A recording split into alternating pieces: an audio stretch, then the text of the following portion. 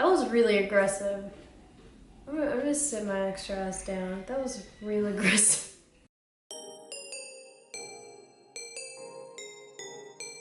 What it is, it's me. I'm back again with another video. I just realized I didn't really tell you guys much about what I do. I didn't go into detail, so that's what this video is about.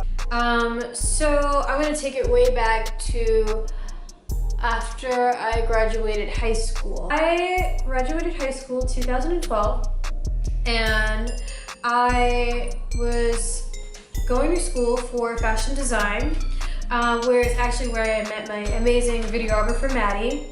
Shout out to Maddie. And it was the coolest thing ever because we were right by Soho, so we can check out all the coolest restaurants and stuff like that. It was really dope. I loved the location. Anyway, so I was going to school for fashion design, which has always been a love of mine. Always known what I wanted to do since I was a little girl. Actually, my mom told me that when I was 4 years old, I told her I wanted to be both a fashion designer and an FBI agent. Clearly my career in the FBI went pretty well. You can see that.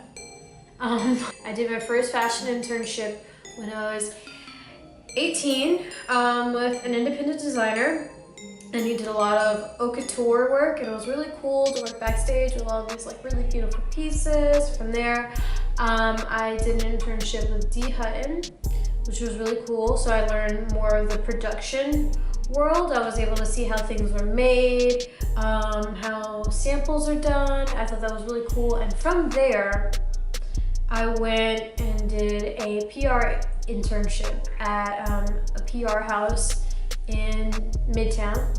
And it was really, really fun. Surprisingly, I really, really enjoyed it, and it was so different from what I was used to. I'm trying to think of what I loved most. I loved being front of house and back of house for all of these runway shows to see how the designer shows are actually put together.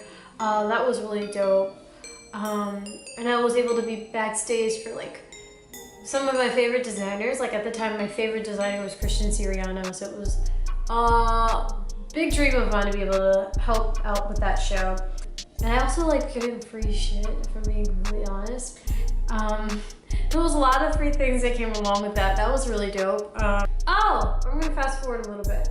From there, I did a styling internship with an amazing stylist. And that's where I learned a little bit about the styling world and how things are done on set for editorials or for e-com. And that was a totally different thing from what I was used to, since I'm used to doing design and things like that. And then from there I did PR, so it was basically the flip side of what I was used to. Rather than creating the clothes, they were styling them. I thought that was super cool, and from there I started freelance styling myself. I did some editorial work. I did a lot of test shoots. Styling. Okay, so I love styling. It was a really, really fun thing for me to do since I've always been interested in dressing nice and everything since I was a little nerdy in high school. My mom would always say, if my kid's gonna be a nerd, she's gonna be the best dressed damn nerd you've ever seen. So I was always into the way I dress and things like that, but styling wasn't as easy to get paid from. So you can do a bunch of test shoots and a bunch of editorials and never really see a check from it. I mean, there are opportunities for you to make money from it, but it's really difficult, especially in New York City, where stylists are a dime a dozen. But that may be a video for another day. Maybe I'll go into detail about that another time. From styling, I came in contact with a lot of models because the photographer would have to reach out to the agencies, and a couple of them were with an agency in particular called MSA. And they would always say to me, wow, you've got a really quirky look to you. I've never really seen it. You should do print modeling. And since I'm 5 feet tall, I'm like, yeah, totally, I'm not paying you any mind. I wouldn't pay them any mind. I didn't pay them any attention. I didn't really take it serious because I didn't think I would actually get cast for anything. Maybe because of how tiny I was, or maybe I didn't think I could do it. I don't know what it was, but for whatever reason, for years I didn't take it serious. It wasn't until I started working at a factory as a lab technician. So it's totally different from anything I've ever done. Honestly, Papa Bear hooked me up with a job. My dad had a job, I took the job, so I started working as a lab technician. And let's just say shit didn't work out. It did not work out. It was not for me. It was not an arts field, so I didn't have my heart in it. And I was there for a year and a half, and I worked 7 days a week.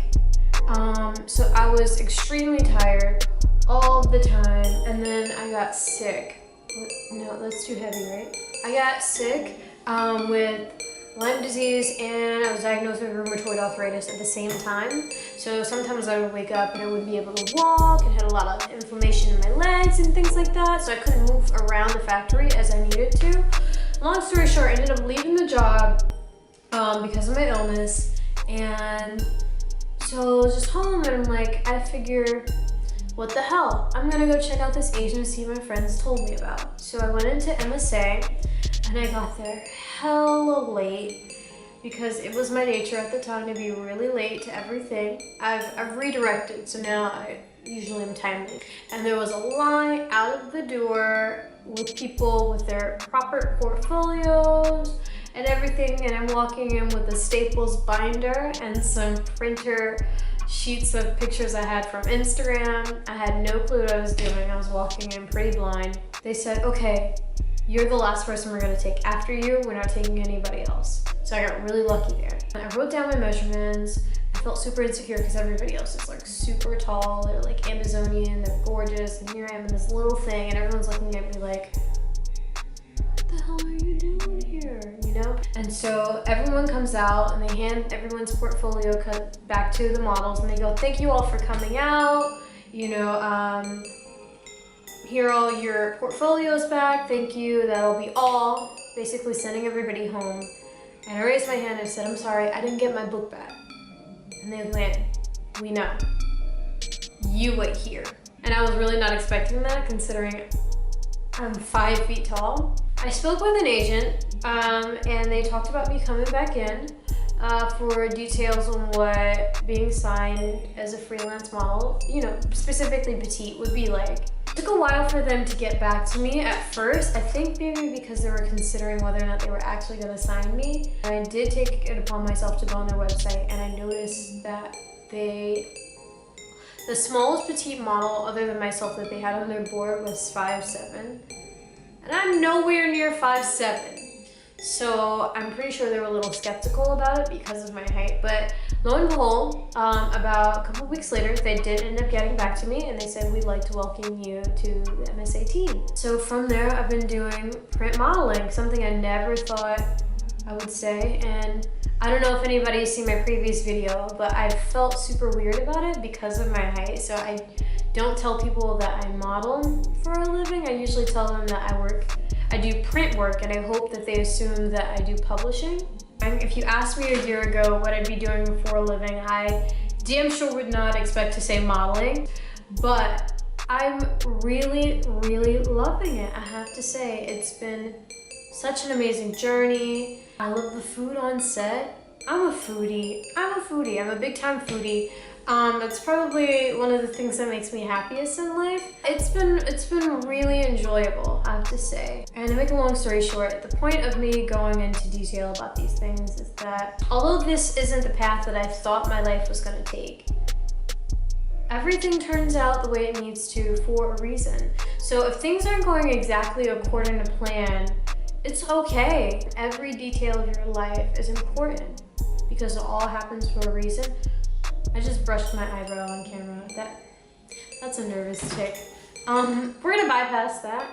I don't know how my eyebrows look. To some of you makeup gurus, please don't come for me.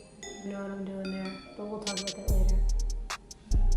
Anyway, but it's great to have a plan. It's very helpful.